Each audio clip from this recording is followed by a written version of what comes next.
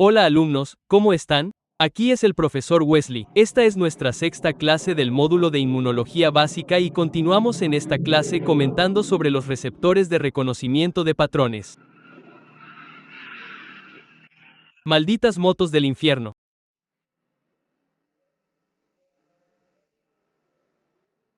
Hola alumnos, ¿cómo están ustedes? Aquí es el profesor Wesley. Esta es nuestra sexta clase del módulo de inmunología básica, y en ella continuaremos aquí comentando sobre los receptores de reconocimiento de patrones, comúnmente denominados aquí como PRRs.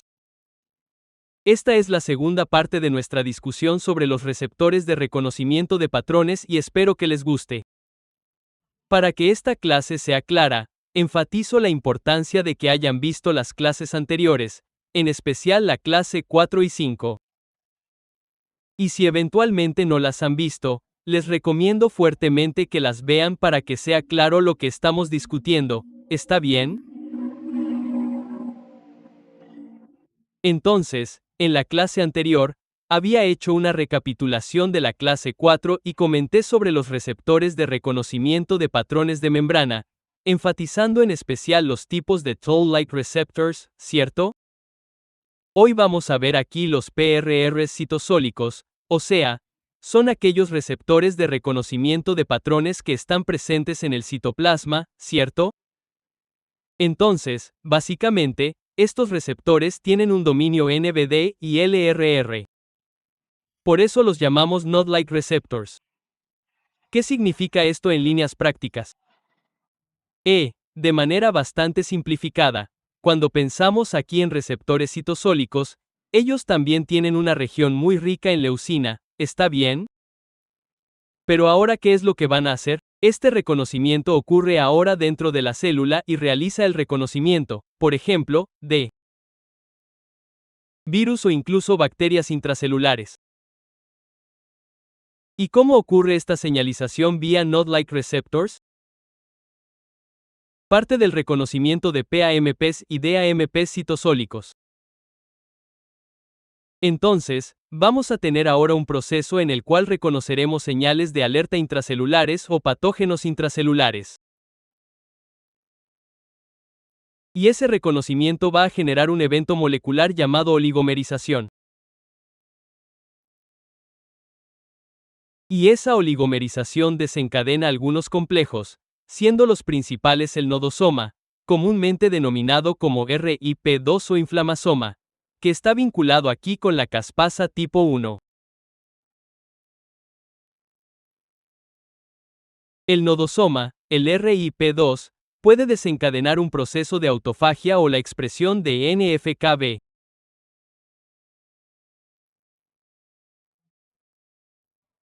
Y el inflamasoma puede desencadenar tanto la muerte por piroptosis como la liberación de algunos intermediarios llamados interleucina tipo 1 beta e interleucina tipo 18. Entonces, de manera simplificada, cuando pensamos aquí en los receptores NOD, la clave es que logremos entender que todo esto parte del principio de reconocer los DAMP y MAMP citosólicos, ¿cierto? Entonces, de manera simplificada, como les había comentado, el inflamasoma no es más que un proceso en el cual tenemos aquí una muerte celular inflamatoria. ¿Cómo ocurre este proceso? Tenemos aquí un complejo llamado inflamasoma NLRP3, que básicamente parte de aquel mismo principio que describí anteriormente, en el cual se forma aquí una estructura oligomérica, de modo que liberamos aquí algunos señalizadores que provocarán una inflamación acentuada y, consecuentemente, un proceso de formación de poros en la membrana, que hace que pierda agua y, por consiguiente, muera. Pero ¿cómo ocurre este proceso? Este complejo de inflamasoma va a liberar un elemento llamado caspasa tipo 1, es el cansancio, amigos, en el cual la caspasa 1 se une aquí a un gen llamado ProIL1 beta. Y cuando la caspasa 1 se une a la ProIL1 beta, hará que ocurra aquí esta expresión de interleucina 1 beta. Y además de eso, tenemos aquí la liberación también de interleucina 18.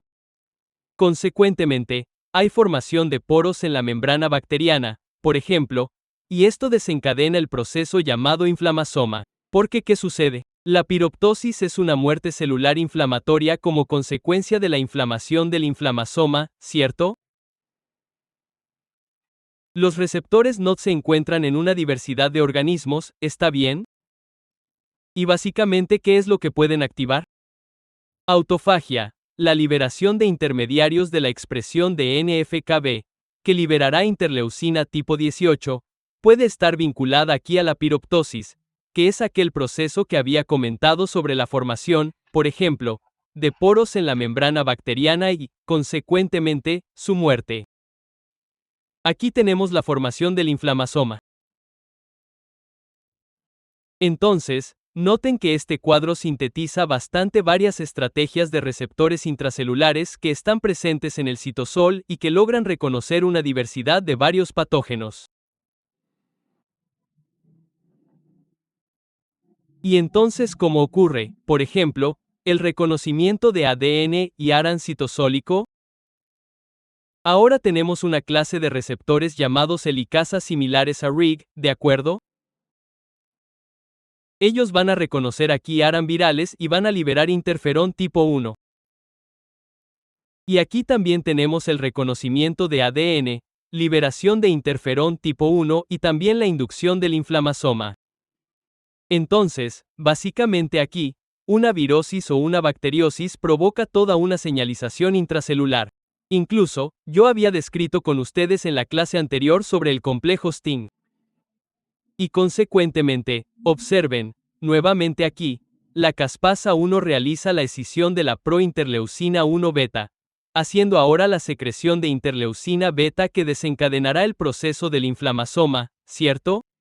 Entonces, perciban que estos procesos son muy refinados. Otro detalle interesante que quería describirles es que estos receptores fueron evolucionando a lo largo de la historia evolutiva de los animales. Entonces, les recomiendo este artículo que describo aquí, ¿vale? Entonces, ustedes pueden ver aquí cómo se dio esta explosión de los genes receptores. Y es bastante interesante que lean este artículo. ¿Todo bien? Además, tenemos algunos receptores de reconocimiento de patrones que pueden ser secretados. ¿Cuáles son los ejemplos de estas moléculas que llamamos moléculas de reconocimiento de patrones? Entonces tenemos aquí colectinas, ficolinas, complemento, pentraxinas. Entonces, observen, un ejemplo de pentraxina es la proteína C reactiva, ¿vale? Que puede reconocer aquí el fosfolípido microbiano, etc. Y eso desencadenará varios procesos, puede reconocer aquí DAMPs como células apoptóticas, histonas, cromatina, etc. ¿Vale? Y entonces, ¿qué sucede ahora mediante estas moléculas de reconocimiento de patrones? Generalmente son secretadas principalmente por el hígado, ¿vale? Cuando son estimuladas por citocinas inflamatorias. Entonces, supongamos, tienen la interleucina 6 que puede estimular el hígado y consecuentemente el hígado comienza a liberar un montón de elementos que logran realizar el reconocimiento de patógenos o incluso de células dañadas, ¿cierto? Ahí pueden tener la activación del sistema del complemento, para la cual tendríamos una clase específica, el proceso de opsonización que ya describimos en la tercera clase, que es un proceso de recubrimiento de moléculas que señalarán a las células fagocíticas. Podemos tener cascadas proteicas aquí cuando hablamos de invertebrados, como en el caso del sistema de coagulación y así sucesivamente. Entonces, básicamente, cuando tenemos una respuesta inflamatoria aguda, liberaremos varios intermediarios inflamatorios. Entonces, hay proteína C reactiva, etc. Tengo fibrinógeno, transferrina, albúmina y todos estos procesos, todos estos intermediarios que generalmente se derivan de una estimulación vía macrófagos o células dendríticas hacia el hígado mediante interleucina tipo 1 o 6, lo que provoca la liberación de estos factores que facilitarán el reclutamiento de células y, consecuentemente, la eliminación de este proceso infeccioso. Este es otro artículo interesante. Mira, que es la lectina fijadora de manosa. La lectina de, perdón, gente. La mannose binding lectin. ¿Qué significa esto aquí? Que es una lectina de unión amanosa que hará que los receptores tipo Toll2 y 6 señalan al fagosoma para que haya la eliminación del proceso infeccioso. Perdón, gente, a veces me trabo un poco al hablar. Entonces aquí hay varios aspectos, por ejemplo, vinculados a la presencia de polimorfismos de estos receptores de unión amanosa y los niveles de estos receptores en el mundo, ¿vale? Es bastante interesante esto de aquí. Y de manera muy simplificada, este reconocimiento en la inmunidad innata puede ser de manera indirecta. Entonces tienes ahí PRR que son secretados. Así que tienes las lectinas de unión amanosa, complemento, ficolina. Tienes los PRR celulares asociados a la membrana, receptores Toll, CLR. Los receptores basurero que están en la membrana plasmática. Están los TQR que están presentes en plantas, están los NOD-like, etc. Y hay también aquí un reconocimiento directo que ocurre a través de aquellos receptores de células natural killer que ya habíamos comentado en la tercera clase.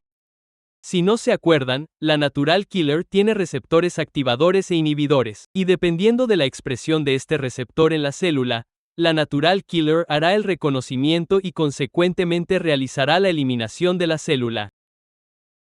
Y podemos tener, por ejemplo, otras proteínas que facilitan el reconocimiento.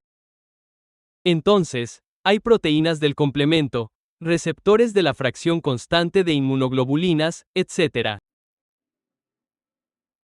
El sistema inmune innato tiene compuestos celulares, entonces están los granulocitos, monocitos, macrófagos, células dendríticas, natural killers, mastocitos y hay factores humorales que van a intermediar este proceso. Entonces, hay proteínas, hay péptidos antimicrobianos, hay sistema del complemento, hay moléculas de reconocimiento, hay moléculas de alerta y por ahí sigue. Entonces, mira, hay moléculas de alerta, como el caso de los mastocitos, están los macrófagos y las células dendríticas, que son presentadores de antígenos, están los neutrófilos, los macrófagos y las células que son fagocitos, están las natural killers que hacen la eliminación de células. Está el neutrófilo, eosinófilo, basófilo, que son células de granulación, liberan gránulos que van a destruir. Tenemos algunos factores humorales aquí, como las lectinas de unión amanosa, ficolina, defensinas, etc., lisosima, que hacen aquí el proceso humoral. Y vean que el sistema inmune tiene varias estrategias para intentar frenar un proceso infeccioso o una lesión por algún proceso que haya ocurrido en la célula. ¿Todo bien? Y finalmente, esta es la literatura que utilicé para fomentar la clase 5 y la clase 6. Espero que les guste y hasta nuestra próxima clase, donde comentaremos sobre el sistema de complemento y sobre algunos PRR secretados con mayor profundidad. ¿Está bien? Un fuerte abrazo, un beso grande y que todos estén bien. Me voy.